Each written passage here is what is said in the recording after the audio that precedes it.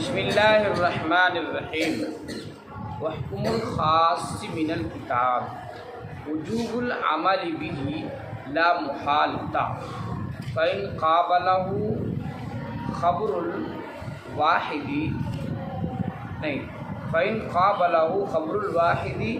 او القیاس فإن امکن الجمع بینہما بدون تغییر فی حکم الخاص یعمل بہما وإلا یعمل بالکتاب ویترک ما یقابلہ۔ دیکھو اب ہم لوگ یہاں سے خاص کا حکم پڑھیں گے۔ امداد الاصول کے اندر خاص کا حکم تو پڑھ چکی ہوں۔ خاص کا حکم کیا ہے؟ کتاب اللہ کے خاص کا حکم یہ ہے کہ خاص تو حدیث کے اندر بھی آئے گا اور کتاب اللہ کے اندر بھی ہے۔ سمجھ رہے ہو نہیں سمجھ رہے ہو؟ تو کتاب اللہ کے خاص کا حکم یہ ہے کہ اس پر عمل کرنا ضروری ہے یقینی طور پر۔ کتاب اللہ کے خاص جو ہے نا، خاص میں نے کہا تھا نا، یہ خاص ایک اصطلاح ہے، بس صرف اس کو سمجھو۔ خاص کو سمجھا دیا، خاص کہتے کس کو ہے؟ سو یہ تو کل سمجھ چکی ہے۔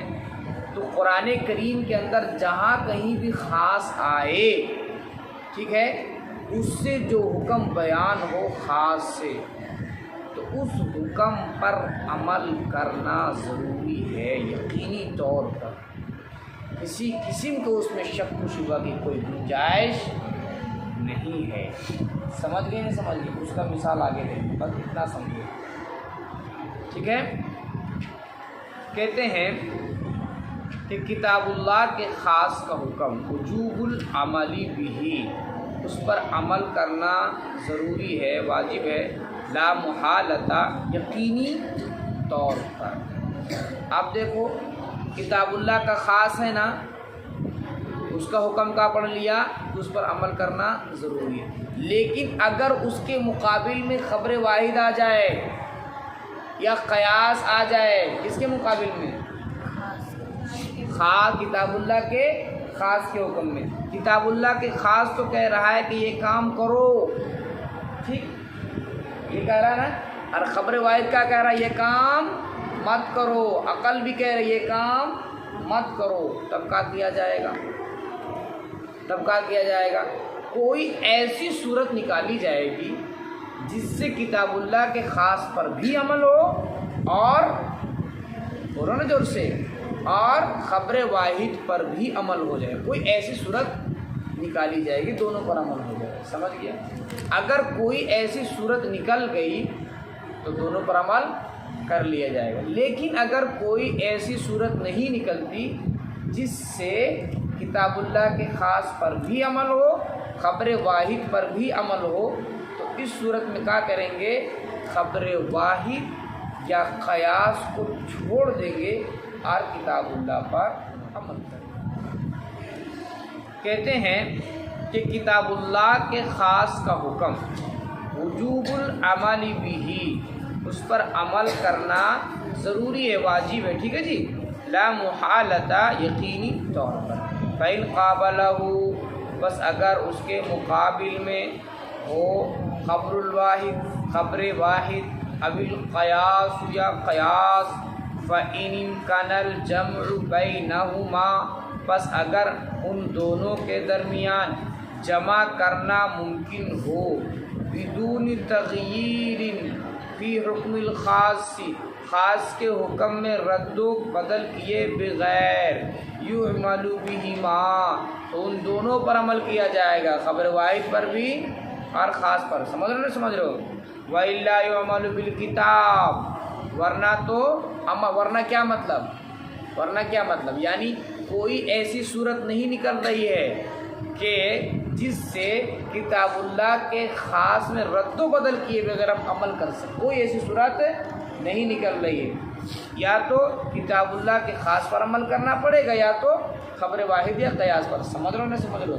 تو اس صورت میں خبر واحد اور قیاس دونوں کو چھوڑ دیں گے، کتاب اللہ پر عمل کریں گے، ورنہ تو عمل کیا جائے گا کتاب اللہ پر، وَيُتْرَكُ، اور چھوڑ دیا جائے گا ما یقابل، اس کو جو اس کے مقابل ہو۔ مثالہ فی قولہ تعالی، اس کی مثال باری تعالیٰ کے قول میں، کس کی مثال؟ خاص کا۔ کس کی مثال؟ خاص کا۔ خاص کا حکم کیا پڑا کہ خاص پر جو ہے عمل کرنا ضروری ہے۔ کہتے ہیں یتربصن بانفسہن ثلاثۃ قروء، باری تعالیٰ کا قول کہ وہ عورتیں اپنے آپ کو روکے رکھیں ثلاثۃ قروء، 3 راتوں کے اندر ان عورتوں کا حکم بیان ہوا ہے، ٹھیک ہے، کہ جن کو خلوت صحیحہ کے بعد طلاق دے دی گئی ہو، ٹھیک ہے۔ تو ان کا عدت کیا بیان فرمایا قرآن نے؟ کہ ان کی جو عدت ہے وہ 3 قروء ہے، سمجھ گیا؟ اب اسی آیت سے امام ابو حنیفہ رحمۃ اللہ علیہ فرماتے ہیں کہ ان عورتوں کی جو عدت ہے وہ 3 حیض ہے۔ وہ قروء کا معنی حیض لیتے ہیں۔ قروء کا معنی کیا لیتے ہیں؟ حیض کے لیتے ہیں۔ امام شافعی رحمۃ اللہ علیہ کہتے ہیں کہ نہیں، ایسی عورت جن کو خلوت صحیحہ کے بعد طلاق دے دی گئی ہو، ان کی جو عدت ہے وہ 3 طہر ہے۔ سمجھ گیا؟ سمجھ گئی؟ یعنی ثلاثۃ قروء، جو لفظ قروء ہے نا، قروء، اسی میں اختلاف ہے۔ امام ابو حنیفہ رحمۃ اللہ علیہ قروء کے معنی حیض کے لیتے ہیں، سمجھ گئی؟ اور امام شافعی رحمۃ اللہ علیہ قروء کے معنی کیا لیتے ہیں؟ طہر کے لیتے ہیں، پاکی کے لیتے ہیں، سمجھ گیا؟ دونوں کی اپنی اپنی دلیل ہے، سمجھ گیا نا؟ سب سے پہلی بات امام ابو حنیفہ لیتے ہیں حیض، ٹھیک ہے، اور کہتے ہیں کہ ایسی عورتیں جن کو خلوت صحیحہ کے بعد طلاق دے دی گئی ہو، ان کی جو عدت ہے وہ کیا ہے؟ 3 حیض ہے نا؟ قروء کے معنی وہ کیا لیے؟ حیض، سمجھ گئی؟ اور امام شافعی رحمۃ اللہ علیہ قروء کے معنی کیا لیتے ہیں؟ کیا لیتے ہیں؟ طہر لیتے ہیں۔ کیا لیتے ہیں؟ طہر، یعنی پاکی کے لیتے ہیں، سمجھ رہے ہو؟ اور یہ کہتے ہیں وہ عورتیں جن کو خلوت صحیحہ کے بعد طلاق دے دی گئی ہو، ان کی جو عدت ہے وہ 3 طہر ہے۔ دونوں کی اپنی اپنی دلیل ہے۔ یہ جو آیت ہے اس کو جو صاحب کتاب نے پیش کیا ہے کس کی مثال میں؟ خاص کی مثال میں، ٹھیک ہے نا؟ تو امام ابو حنیفہ کہتے ہیں دیکھو یہ ثلاثہ، یہ جو 3 ہے نا، 3 یہ خاص ہے۔ 3 کس کو کہتے ہیں؟ 2 سے اوپر کا، 4 سے کم کا، اسی کو 3 کہتے ہیں۔ تو امام ابو حنیفہ کی دلیل کیا ہے؟ یہ خاص ہے۔ کیا یہ خاص ہے؟ اور کتاب اللہ کے خاص پر عمل کرنا کیا ہے؟ ضروری ہے، سمجھ رہے ہو نا؟ تو اب اگر امام ابو حنیفہ کہتے ہیں اب اگر یہاں قروء کے معنی ہم حیض کے نہ لیں، امام شافعی کی بات چلو مان لیتے ہیں، ہم طہر کے لیتے ہیں، تو اس صورت میں کتاب اللہ کے خاص پر عمل نہیں ہو پائے گا، سمجھ گیا نا؟ یہ جو ثلاثہ خاص ہے نا، اس خاص پر اسی صورت میں عمل ہوگا جب ثلاثہ سے مراد ہم حیض لیں گے۔ کون کہتے ہیں؟ امام ابو حنیفہ۔ ان کی دلیل سمجھ میں آ گئی تم لوگ کو؟ ثلاثہ یہ جو 3 متعین ہے نا، تو اگر ہم قروء سے طہر مراد لے تو اس صورت میں 3 طہر مکمل نہیں ہوتا، یا تو 2.5 طہر ہوگا، یا تو 2.25 طہر ہوگا، یا تو 3.25 طہر ہوگا۔ کیسے؟ طلاق کس میں دینا ہے؟ طلاق کس میں دینا ہے؟ پاکی کی حالت میں دینا ہے نا۔ اب مثال کے طور پر کوئی شخص اپنی بیوی کو طلاق دیا پاکی کی حالت میں، ہے نا، تو جیسے ہی فوراً پاک ہوئی ویسے ہی طلاق دے دیا۔ ارے 2 منٹ 4 منٹ 5 منٹ کچھ بھی تو وقت لگا ہوگا نا۔ بیوی پاک ہوئی، بیوی پاک ہوئی، ٹھیک ہے، اور پاک ہونے کے کچھ دیر بعد نا طلاق دے گا۔ سمجھ رہے ہو نا؟ سمجھ رہو؟ سمجھ گئی نا؟ پاک ہوئی، چونکہ وہ مشین تھوڑی لگا رکھا ہے کہ کب پاک ہو رہی ہے سو تم فوراً طلاق دو، ایسا تو نہیں ہے۔ تو پاک ہونے کے بعد کچھ نہ کچھ وقت تو گزرے گا، سمجھ گیا؟ تو اب اگر اس طہر کو لیتے ہیں، یہ مکمل طہر تو نہیں ہوا، وہ مکمل طہر ہے نہیں نہ ہوا، یہ تو ناقص طہر ہوا نا۔ ارے بھائی جس طہر میں اپنی بیوی کو طلاق دے رہا ہے اس کا کچھ نہ بیوی کے پاک ہونے کے بعد کچھ نہ کچھ حصہ گزر گیا ہوگا نا، یہ مکمل طور تو نہیں ہوا، ناقص ہوا نا، ناقص یہ طور ہوا۔ مثال کے طور پر 1 دن گزر گیا یا 1 ہی گھنٹہ سمجھو، ٹھیک ہے نا، تو اس کو اگر جوڑتے ہیں ہمیں، اس کو اگر جوڑتے ہیں، اس کو لیتے ہیں تو اور دوہرے لیں گے، ہے نا، تو پورا 3 ہوا، نہیں نہ ہوا، 3 میں کمی ہو گیا نا، 3 میں کمی ہوا کہ نہیں ہوا؟ ارے 3 میں کمی ہوا نا، چلو اس کو چھوڑ دیتے ہیں، اس طورے کو چھوڑ دیتے ہیں، ہم پھر اگلے سے گنتے ہیں، آگے 1 2 3 ہے نا، 3 ادھر، اور پھر اس کو یہ والا بھی آ ہی جائے گا نا جس میں طلاق دیا ہے، تو کتنا ہو گیا؟ پھر 3 اور کچھ زائد ہو گیا، جاؤ سمجھ رہو نہیں سمجھ رہو؟ تو اگر قروء کے معنی ہم کیا لیتے ہیں؟ دوہرے کے لیتے ہیں، اس صورت میں مکمل 3 نہیں ہوتا ہے، یا تو 3 سے کم ہو جاتا ہے یا 3 سے زائد ہو جاتا ہے۔ تو کتاب اللہ کا جو خاص ہے وہ کہہ رہا ہے کہ 3 قروء جو اگر دوہرے کے معنی ہم لیں گے تو اس صورت میں کتاب اللہ کی خاص پر عمل نہیں ہوگا، اور اگر ہم حیض کے معنی مراد دیں گے تو کتاب اللہ کی خاص پر عمل ہو جائے گا۔ وہ کیسے؟ طلاق کس میں دینا ہے؟ کس میں دینا ہے؟ پاکی کی حالت میں دینا ہے نا، پاکی کی حالت میں دینا ہے نا، پاکی کی حالت میں طلاق دے دیا، 1 حیض آیا، مکمل آیا نا، ادھورا ناقص ہوا نہیں، دوسرا مکمل ہے، تیسرا مکمل، تینوں کو تینوں مکمل ہے۔ تو اگر ہم دوہرے کا معنی مراد لیں گے کتاب اللہ کے خاص پر عمل نہیں ہوگا، اس لیے امام ابو حنیفہ رحمۃ اللہ علیہ کہتے ہیں کہ کتاب اللہ کے خاص پر عمل کرنا بالکل ضروری ہے، اس لیے یہاں قروء سے جوہر مراد نہیں ہے بلکہ قروء سے کیا مراد ہے؟ حیض مراد ہے۔ امید ہے کہ بات تم لوگوں کو اچھی طرح سمجھ میں آ گئی۔ ان کی بھی تو دلیل ہے، کن کی دلیل ہے؟ بغیر دلیل کی بات کرتے ہیں وہ، ان کی بھی تو اپنی دلیل ہے، امام شافعی کی دلیل، ٹھیک ہے نا۔ امام شافعی رحمۃ اللہ علیہ جو دلیل دیتے ہیں تو کیا مراد دیتے ہیں؟ کیا مراد دیتے ہیں کہ قروء سے مراد یہاں کیا ہے؟ حیض نہیں بلکہ طہر ہے۔ ان کی دلیل ہے کہ نحوی قاعدہ وہ کہتے ہیں نحوے کا قاعدہ ہے، نحوے کا قاعدہ ہے۔ کیا قاعدہ ہے؟ 3 سے 10 تک کی تمیز اگر عدد مذکر ہو تو معدود مؤنث نہیں، اور اگر عدد مؤنث ہو تو معدود مذکر۔ مثال کے طور پر عربی بنائیے ذرا سا، 3 کتابیں، تو کیا کہو گے؟ ثلاثۃ کتب، ثلاثۃ کتب۔ تو دیکھو یہاں پر عدد کیا ہے؟ مؤنث ہے، تو معدود کیا ہے؟ یا پھر یہ بناؤ 3 مسلمہ عورتیں، بناؤ عربی، تو ثلاث مسلمات، 3۔ تو دیکھ رہے ہو کہ اگر عدد کیا ہے؟ مذکر ہے تو معدود مؤنث، اور اگر معدود مؤنث ہے عدد مذکر، سمجھ رہے ہو؟ اور اگر عدد مذکر ہوگا تو معدود مؤنث، عدد مؤنث ہے تو معدود مذکر، خلاف، سمجھ رہے ہو نا سمجھ رہے ہو؟ تو امام شافعی رحمۃ اللہ علیہ کی جو دلیل ہے وہ نحوی قاعدہ ہے۔ کیا ہے؟ نحوی قاعدہ۔ وہ کہتے ہیں نحوے کا قاعدہ ہے کہ 3 سے 10 تک، 3 سے 10 تک کی جو تمیز ہے، اگر عدد مذکر ہو تو معدود مؤنث، ٹھیک ہے، اور اگر عدد مؤنث ہو تو معدود مذکر۔ کہتے ہیں آپ دیکھیے صاحب، ثلاثۃ قروء، دیکھ رہے ہو؟ تو یہاں کیا ہے؟ عدد مؤنث ہے نا، اس لیے قروء ہے نا، یہ کیا ہوگا؟ مذکر ہوگا۔ اب اگر قروء سے مراد ہم حیض لیتے ہیں تو حیض تو کیا ہے؟ یہ مؤنث ہے، کیونکہ عورتوں کے ساتھ یہ خاص ہے نا، مؤنث ہے، تو اس صورت میں نحوی قاعدے کے مطابق تو نہ ہوا ہے نا۔ اور اگر ہم قروء سے مراد دوہرے لیتے ہیں تو دوہرے چونکہ مذکر ہے، سمجھ گیا نا، تو نحوی قاعدے کے مطابق یہ ہوا، اس لیے ہم قروء سے مراد حیض نہیں بلکہ طہر لیتے ہیں۔ سمجھ؟ امام شافعی کی دلیل یہ ہے، قروء سے وہ کیا مراد دیتے ہیں؟ طہر۔ کون مراد دیتے ہیں؟ امام شافعی رحمۃ اللہ علیہ۔ دلیل کیا دیتے ہیں؟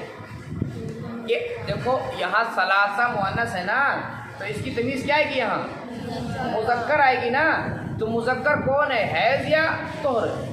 طہر ہے نا، اس لیے وہ کہتے ہیں کہ حیض نہیں لیں گے بلکہ کیا لیں گے؟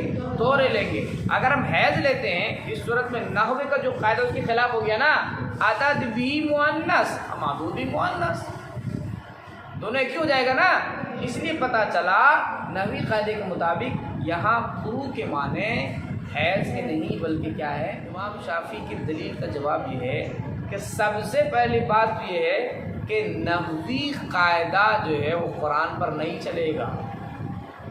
ارے قرآن جو اترا ہے تو کیا پہلے قاعدہ اس کے لیے بنایا گیا تھا؟ نہیں نا، وہ تو آنے کے بعد لوگوں نے بنایا ہے نا، یہ قاعدہ لوگوں کو بنایا ہوا ہے نا۔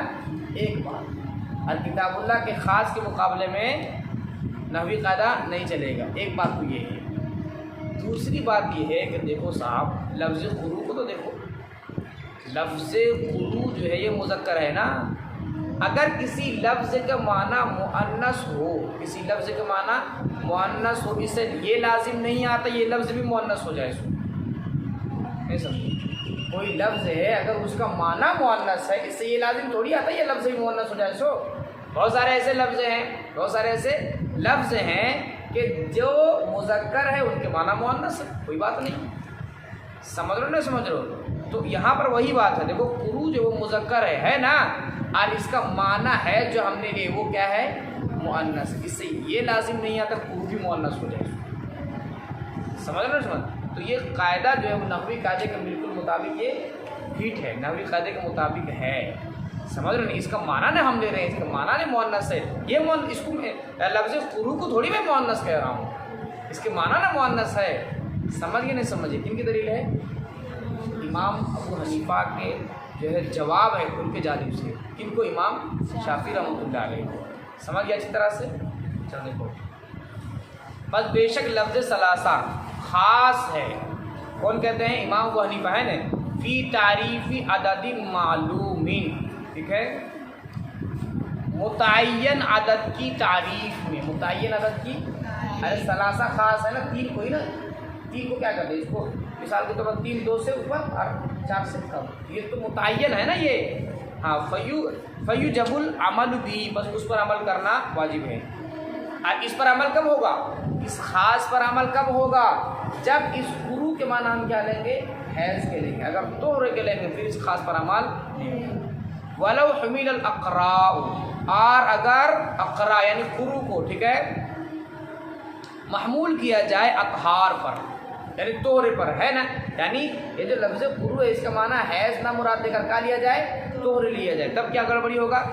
کما ذهب الیہ الشافعی رحمۃ اللہ علیہ، جیسا کہ اس کی طرف امام شافعی رحمۃ اللہ علیہ گئے ہیں، باعتبار اس بات کا اعتبار کرتے ہوئے ان الطہر، کہ طہر مذکر ہے، دون الحیض، نہ کہ حیض، وقد ورد الکتاب، اور کتاب وارد ہوا ہے، ٹھیک ہے، فی الجمعی، جمع میں، بلفظ تانیث، تانیث کے ساتھ، مؤنث کے لفظ کے ساتھ، دلّا، تو دلالت کیا علی، اس بات پر، انہو جمع مذکر، یہ کہ وہ مذکر کی جمع ہے۔ کن کی دلیل ہے؟ امام شافعی، جو میں تم لوگوں کو تفصیل سمجھا دوں۔ امام شافعی کی دلیل یہی ہے نا، امام شافعی کیا دلیل؟ نحوی قاعدہ کا دلیل دیتے ہیں نا، نحوی قاعدہ کی دلیل دیتے ہیں کہ 3 سے 10 تک کی جو تمیز ہوتی ہے وہ کیا؟ اگر عدد مذکر ہے تو معدود مؤنث، اور اگر عدد مؤنث ہے تو معدود مذکر۔ تو اب یہاں دیکھو کہ اگر ہم قرو کے معنی حیض کے لیں گے، اس صورت امام شافعی کہتے ہیں نحوی قاعدے کے مطابق تو نہ ہوا، اس کا مطابق اس صورت میں ہوگا جبکہ ہم یہاں قرو کے معنی حیض نہ لے کر کیا لیں گے؟ طہر لیں گے، کیونکہ لفظ ثلاثہ مؤنث ہے نا، یہ کس کو چاہ رہا ہے؟ مذکر کو نہ چاہ رہا ہے، اور مذکر کون ہے؟ مذکر طہر ہے نا، ارے حیض نہیں ہے، اس لیے کیا مراد لیں گے؟ ہم طہر لیں گے، وہی کریں گے۔ دیکھو، اعتبار کرتے ہوئے اس بات کا، طہر مذکر ہے نہ کہ حیض، امام شافعی کہتے ہیں، ٹھیک ہے، وقد ورد الکتاب، اور کتاب، ٹھیک ہے، وارد ہوا ہے، ٹھیک ہے، فی الجمعی، جمع میں، دیکھ رہے ہو، بلفظ تانیث، تانیث کے لفظ کے ساتھ، ارے مؤنث ہے نا یہ ثلاثہ، مؤنث کے ساتھ آیا ہے نا، تو یہ کیا چاہ رہا ہے کہ اس کا جو محدود ہو وہ کیا ہو؟ مذکر ہو، اور مذکر کون ہے؟ طہر ہے، حیض تو عورتوں کے ساتھ خاص ہے نا، وہ کیا ہے؟ مؤنث ہے، اس لیے کیا مراد لیتے ہیں؟ طہر ہے۔ دلالت کیا اعلیٰ اس بات پر، انہو جمع المذکر، ٹھیک ہے، وہ مذکر کی جمع ہے، اور وہ کون سا ہے؟ طہر ہے۔ کون کہتے ہیں؟ امام شافعی رحمۃ اللہ علیہ کہتے ہیں لزیم ترک العمل بہذا الخاص۔ ہاں، جب ایسا ہے، ایک طرف سے دلیل، جب ہم سنتے ہیں امام شافعی رحمۃ اللہ علیہ کا، تو اس سے لگتا ہے کہ خاص، ٹھیک ہے، وہ کیا ہے؟ طہر ہے، اور خاص جو ہے وہ مذکر ہے، اس لیے کیا مراد لیتے ہیں؟ طہر ہے۔ پر جو عمل ہے اس کو چھوڑنا لازم آتا ہے. سمجھ لو وہی نا لازم آ رہا ہے. کہتے ہیں لازم آیا ترک العمل بہذا الخاص. ٹھیک ہے, اس خاص پر عمل کو چھوڑنا. ٹھیک ہے, ارے سمجھ گیا نا. امام شافعی نے جس طرح سے دلیل دیے اس اعتبار سے یہی نا پتہ چلتا ہے یہاں مراد کیا ہے, طہر ہے. کیا مراد ہے یہاں, طہر ہے. سمجھ گیا. جب طہر ہے تو اس صورت میں کتاب اللہ کا جو خاص ہے نا, خاص 3, تو اگر طہر مراد لیکن 3 پر تو عمل نہ ہوگا. 3 پر عمل ہوگا, کیسے نہیں ہوگا کہ جس طہر میں وہ طلاق دیا ہے نا, اس طہر کو گن لو. اگر گنتی کرو تو گن لو اس کو, تو پورا تو نہیں ہے, وہ کچھ ناقص ہے. دوسرا لو, تیسرا لو.